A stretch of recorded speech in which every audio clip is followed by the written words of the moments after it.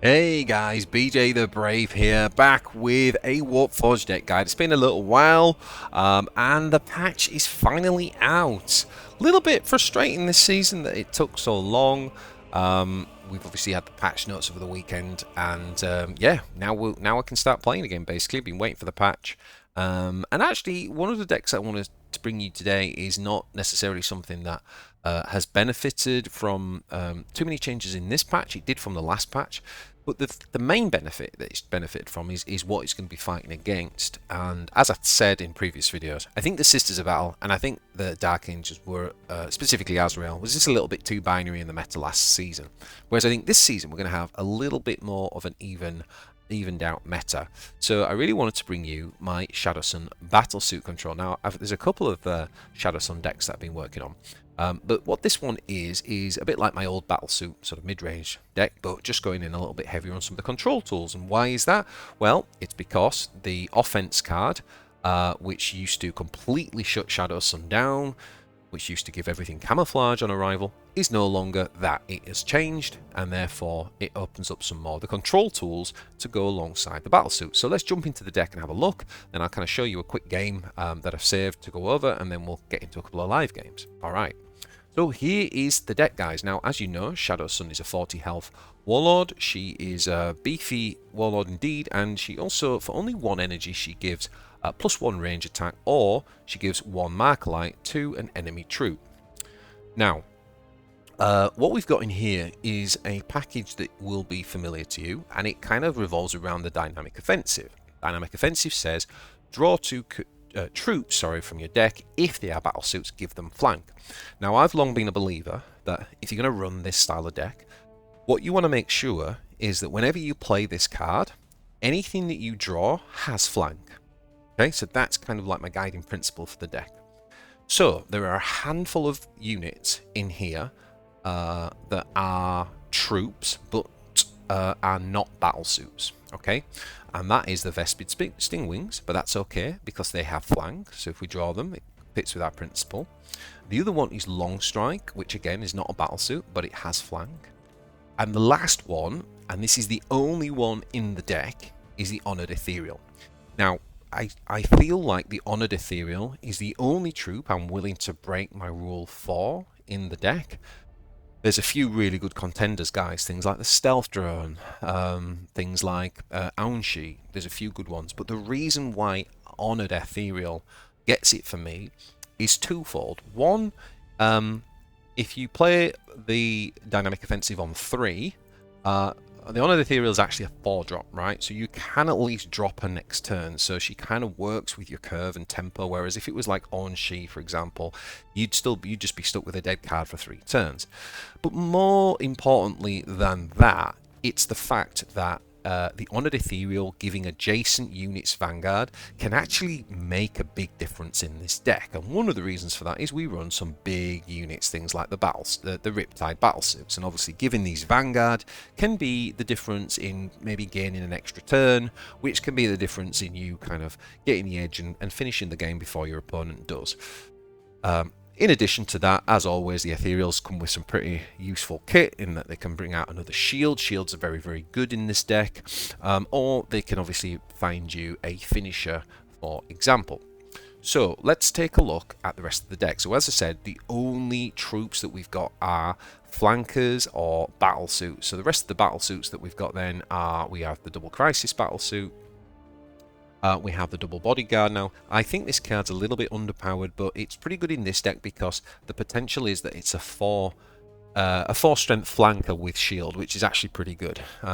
So it does make it in here still. We've got the Stealth Battlesuits, of course. We've got the Broadsides, which again, coming on with flank along range is really, really powerful. We've got the Enforcers, which recently got a buff, so that definitely helps with this deck. And we run the double Riptides as well, so between those and the Long Strike, with potentially getting flank, we have some real beef and some real power at the late game stage. Now, because we are limited, therefore, in the number of troops that we've got, we have to run quite a fair amount of spells. And I've been playing around with the kind of different balance. And originally I had double Zephyr's Grace in there. Now I do have one game where which I'm going to show you where there's definitely a turn where that sort of can backfire, having too many, but ultimately this is very, very powerful in this deck. I kind of really wish I could squeeze 2 in. But I'm struggling a little bit with the right balance if I put 2 in. But this is very, very powerful because generally in this deck, as we've already said, we've got big beefy battlesuits, and anytime you can trade with something for free, that is a huge tempo swing. And for only 1 energy giving you that ability, I do think it's worth it. We run the greater good, of course. We can play that down on a turn where we've got a couple of units developed and our opponent's trying to trade, and now they can, and that can really just tip the tide because we put that on the Warlord. Now the control tools come in the Pulse Onslaughts for 2 energy, 3 damage. Remember, that can also be reach as well to win the game, but it really helps us control in the early game. We've got the double coordinated engagement. Really, really good. Expect to still see Azrael Terminators. Expect to see big beefy units coming from Chaos and maybe Ultramarines this season. So the coordinated engagement is a really cheap removal, and of course Shadowsun can always give you that Markalite that you need. So that is like one of the reasons for playing Shadowsun is this combination. Now you might be surprised to see that in addition I also run double Razor Shark Strike. Now part of the reason for this is that I feel like Tower not great in the mid-range, mid-game anymore. Things like stealth suits, broadsides, and crisis bodyguards all lost a point of damage from their original release, and it's kind of like weakened the power level a little bit in the middle. So sometimes there are these turns where just having a Razor Shark, just being able to just deal 5 damage to just remove something, rather than playing like a 4 unit that can deal 5 damage or has 5 health. Sometimes that can just be a timely answer to what you need. You've obviously. I don't love these types of cards usually, because even though you remove something, you kind of give your opponent the initiative to still deploy on the board again. But when you're in this type of deck, where often you have got flanking battlesuits, right, because of the dynamic offensive, then having that removal, then them deploying something, then countering that with a flank, it's kind of like where my head's gone to. So overall, I think we've got a pretty nice curve. We need to be looking for the mulligans. Early on, we're looking for things like Pulse Onslaught. We're definitely looking for the Crisis Battlesuits in our opening hand and the dynamic offensives. We can also keep Vespid in the opening hand, and potentially a stealth suit as well. Pretty much everything else we would want to kick, to be honest. If you are playing Chaos, you might want to keep something like a coordinated engagement. But yeah, that's pretty much it. Now you do want to, for example, against Aeldari, where their offense card can start you on turn 3. That's often pretty good for Shadowsun, because turn 2's the first turn basically with 2 energy is a bit weak with Shadowsun. You often just kind of hit for 3 damage, but being able to play a crisis suit or dynamic offensive turn 1 is really, really good. So against Aeldari, remember that one, that's a pretty important offense card. Alright, so with that said, let's jump into some games. First up we have got Asmodai. Now this is a really nice opening hand. We're going to keep all 3 of those.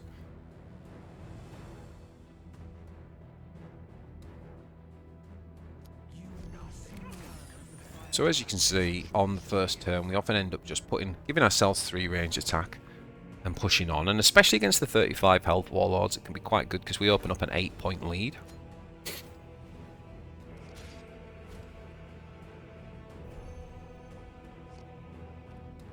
Okay, so we've got a choice there. We could develop or we could do dynamic offensive. But as he didn't play anything on the board, I think that's a good time to kind of just make use of the draw, to be honest.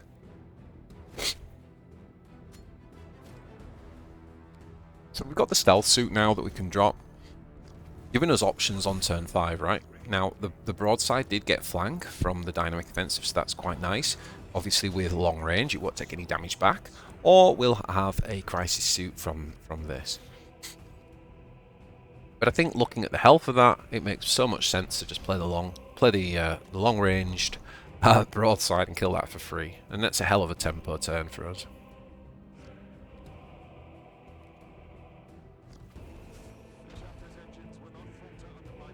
So it looks like a Raven Wing build, right? Obviously running the Tech Marine.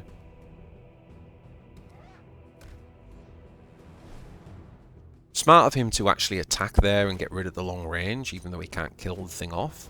Does now mean that when we attack, we'll be traded. Because he played 3 units, he managed to cause an extra 3 damage there. Something along those lines. So we take a free crisis suit, and then we just put a marker light on the tech marine. That means that even though this guy only has 1 health, we can sort of get rid of that. And we do attack, and we put on the pressure.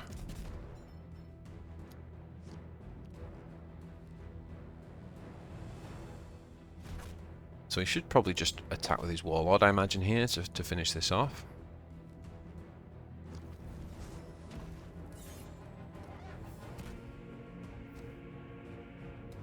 Now, the greater good is often quite a good counter to stealth, right? Because he's kind of got the jump on us when he stealth. So greater good acts very similarly to stealth in the way that like stealth counters stealth. Like, what's he going to do when he comes out of stealth now? He's got to hit this armored up warlord to face, and we can develop a broadside, which obviously has long range, and that's nice and safe for a turn, meaning that we'll get the attack. And the other thing is, Crisis Suit being on 2 is a huge difference to it being on 1, because obviously Asmodai can ping for 1. So he just develops a body and hopes that he can stay in the game. Obviously this guy can go Vanguard to kind of give him some defense, so I think he's played that well.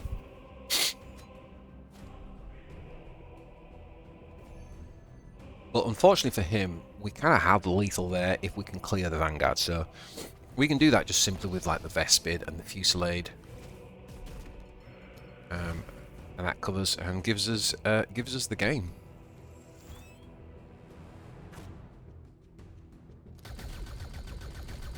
Nice. I think I'm going to keep that hand. Yeah, the Zephyr's Grace is quite good on E5 to combo with the free crisis suit from the Battlesuit.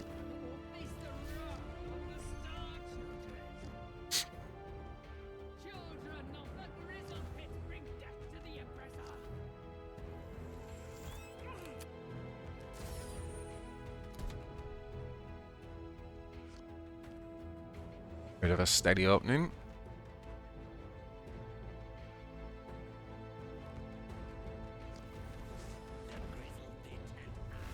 Okay, sadly we just kind of like need to get rid of that really.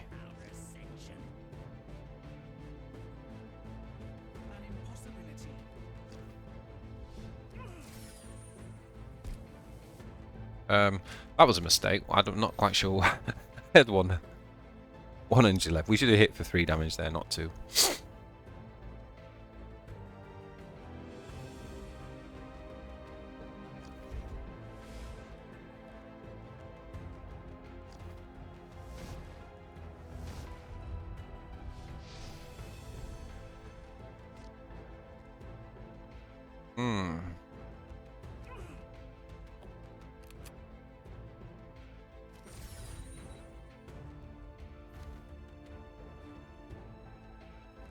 I'm just going to play this.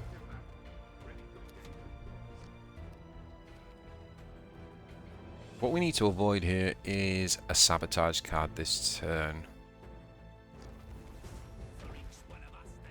Okay, fair enough. He's going for that this turn.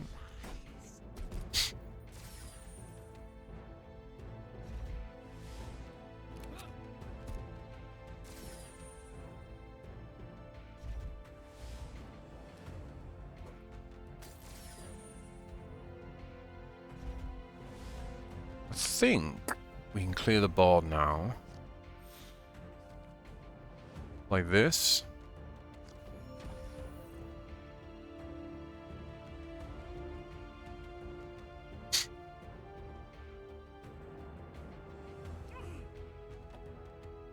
We can kill that.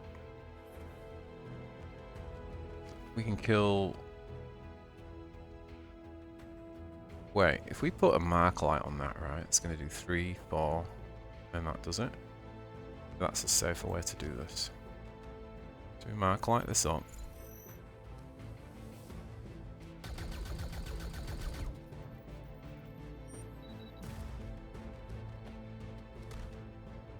Finish that off and use the defense. I think that's the best way to do that, because it means this only has to trade with taking 1 damage back.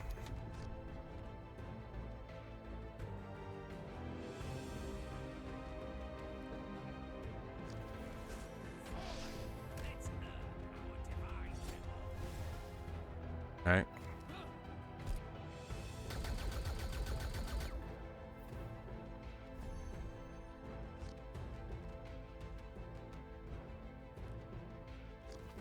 So this is going to feel like a little...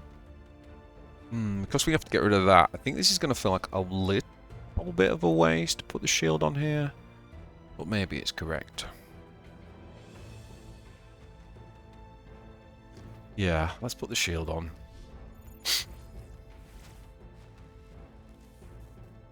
Just because we don't have any other flankers at the minute. So I don't feel too bad about that.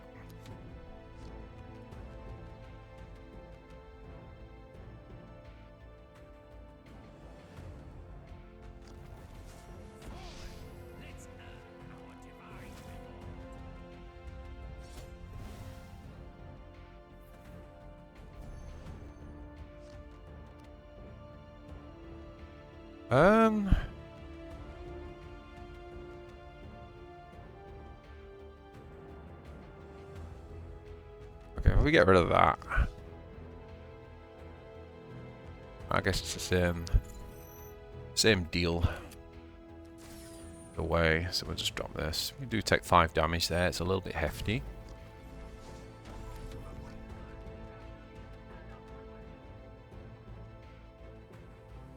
We're gonna get a Patriarch here.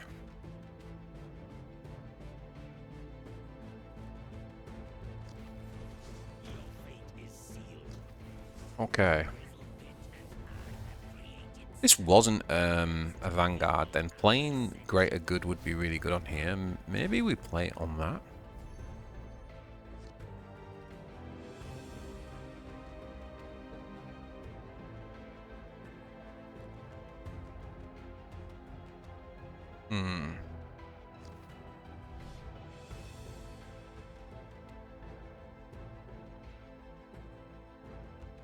Next turn we could play all the drones out from there. I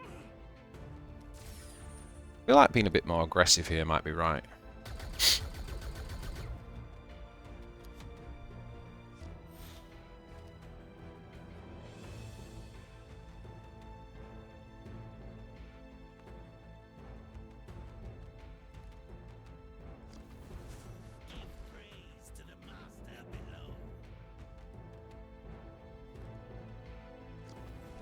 Is that the Patriarch?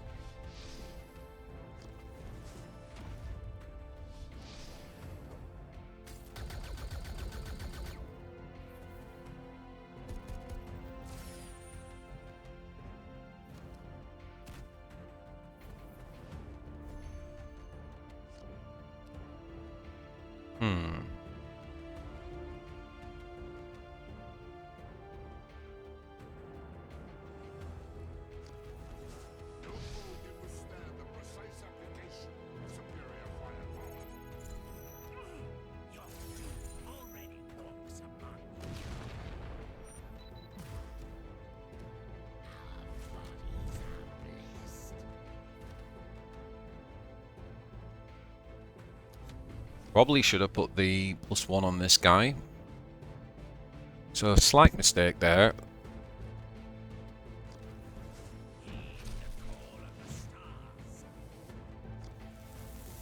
Now, what I quite like here is the opportunity to play Riptide and Greater Good. Because you could do it 2 ways. You could play the Greater Good on the Riptide, or you could just play it on Shadowsun. And I think we're going to play it on Shadowsun, because even if he steals it, not the end of the world. Unless he's got something like lying in wait, of course. In which case it is the end of the world.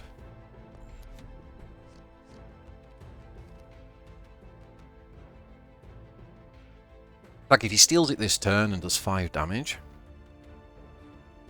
then we just win next turn, so that wouldn't cut it. And we're happy to have got down ahead of that for sure.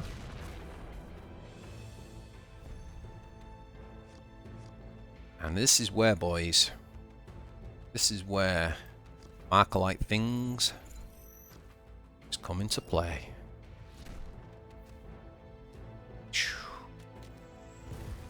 GG. Nice. And obviously these are going to help with those tanks, they're going to help with patriarchs and any of those big things. Big nasties.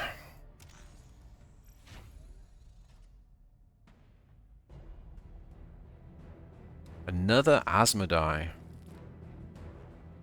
Okay. Definitely going to kick the Riptide because we want to draw that off the dynamic offensive. Do we want to keep the Razor Shark Strike? I think we might do, you know. Yeah.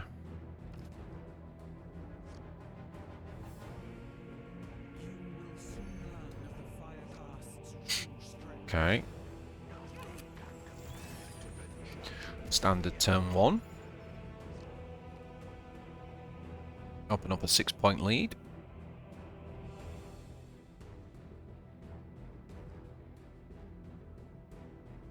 It depends what he does here a little bit. Like, if he does this, then we'll play the dynamic offensive.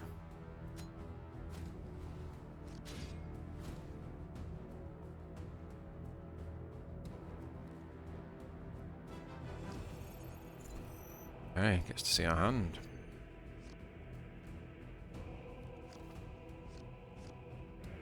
Ah, man, you see? Punished. We've only got one card in the deck that punishes us, and it's that.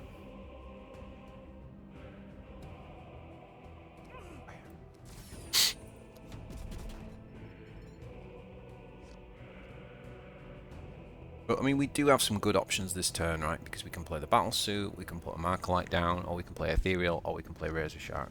So there's quite a lot of options here.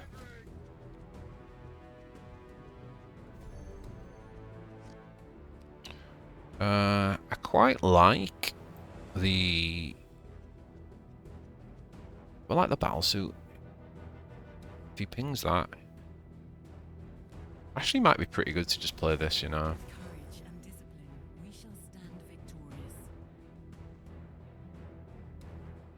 I think I still attack because if he trades with the range attack, well, maybe we should have played the Crisis Suit. The thing is, he could have beat the Crisis Suit with the ping plus that.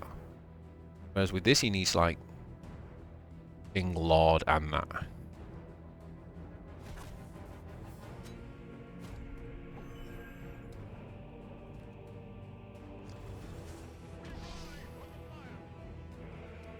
Oh, of course, the heal. Yeah.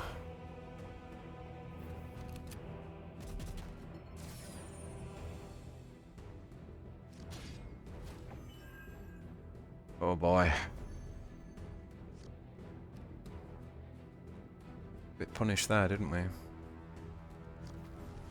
I think I'm going to attack again. I totally forgot about the heal.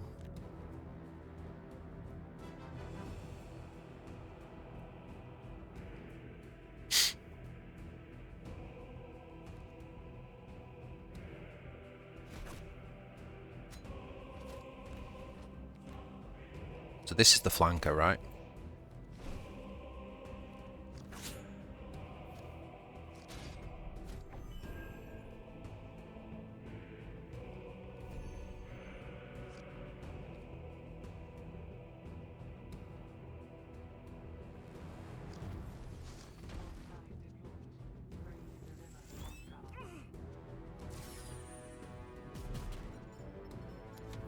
Okay, we've paid a lot. We've paid a lot with our life there, and it might end up costing us. We managed to get on ahead on the board, but we've basically sacrificed life galore to do it.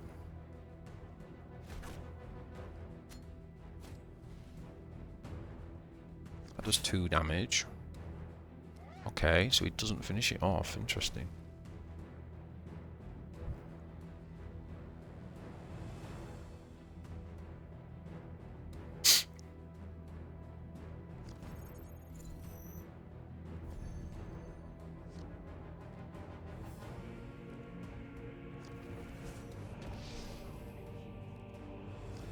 Well, I think we're going to do this anyway because Yeah, actually it was a misplay. I should have put that over here. And also it's a flanker, isn't it? I forgot it had the flank. God. Sorry guys, this is a terrible turn. Terrible, terrible, terrible. We shouldn't have played this when it has flank. Should have just dropped double crisis suit. Yeah, that was a big misplay.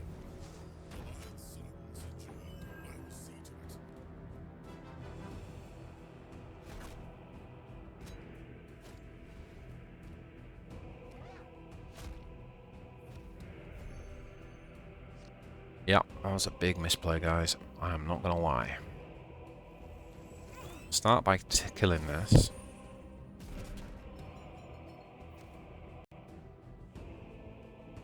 And we'll do this. Drop this.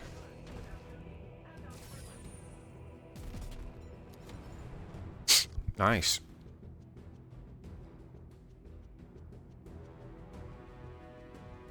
Deck's feeling pretty solid. I mean, even if you don't draw the dynamic offensive, you've got a really nice curve with the deck. And you've got a few nice removal tools to sort of get back in if you get behind. Okay. Here comes the big guy.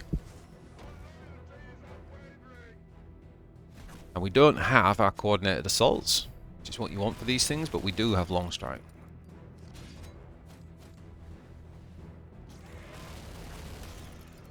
Well, that's something. I'm presuming... Ooh, where's he going to go with this? Alright. Wow. Oh my god. It's such a goddamn machine gun, this thing. Wow.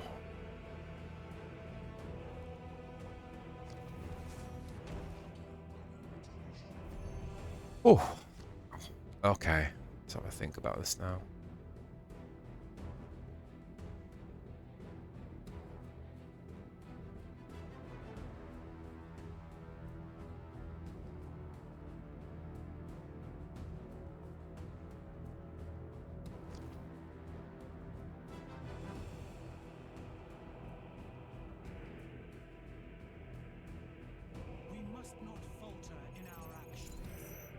Well, let's kill this.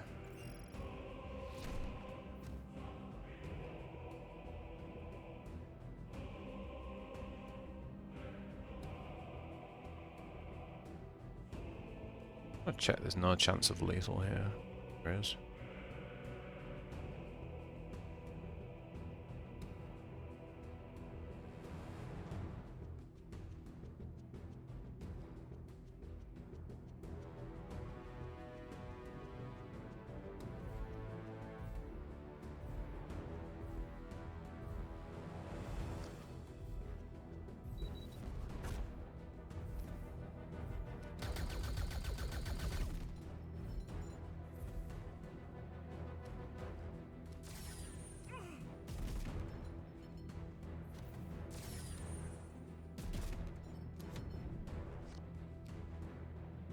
Yeah, I really don't think I played that turn very well.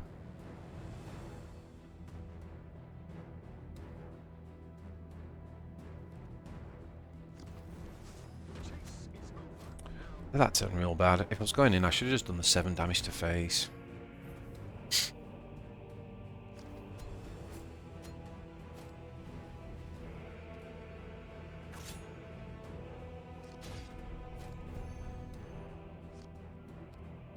Yeah. Ah.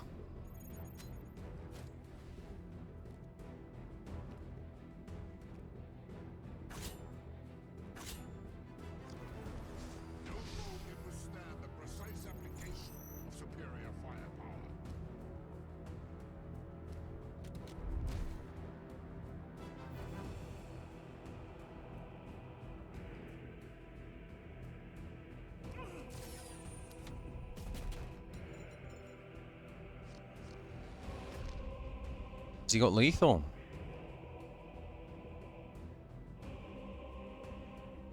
Man, I made this game way more difficult than it should have been.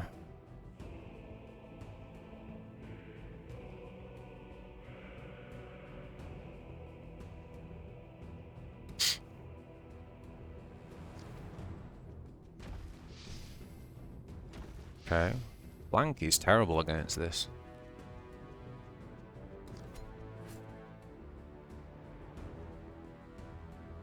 Yeah, for the greater good is such a good card. It's just really, really difficult to counter.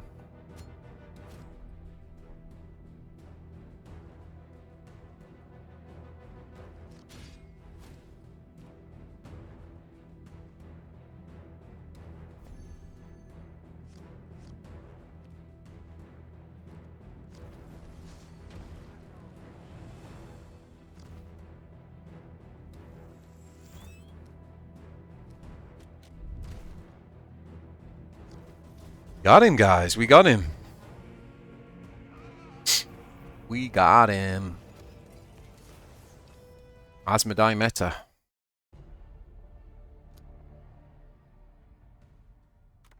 So anyway, there you go, guys. I made that last game a little bit more difficult than it needed to be, but you kind of get the gist of it. It's been a long time since I did a Shadowsun deck, so hopefully you enjoyed that. And yeah, really seeing the change to the offense card, like I think really brings Shadowsun in. Another way you can go with Shadowsun is a more pure control deck. So you don't actually run the dynamic offensive in the battlesuits, but you go more heavily down kind of, you know, the sort of standard tools really, but with more control elements in with the coordinated engagement. But I think this is a really, really fun kind of mid-range deck that has some really nice control tools in there. Definitely a few cards you can play around with. Like I said, I wouldn't mind getting a second Zephyr's Grace, and I think that's really good. Tech Supremacy obviously is very good because that works on long strike and it works on the battlesuits, but even just things like broadsides and crisis bodyguards, these cards which are, you know, sort of average to okay, like good, but when in this deck with the potential of getting flanked, they just become powerhouses. So yeah, hit that thumbs up if you like this one, guys. Let me know in the comments what you think, any changes that you would make, and yeah, if you enjoyed this, check out this video as well. Hopefully this will be pretty relevant to you, and thanks guys for watching. I'll see you in the next one.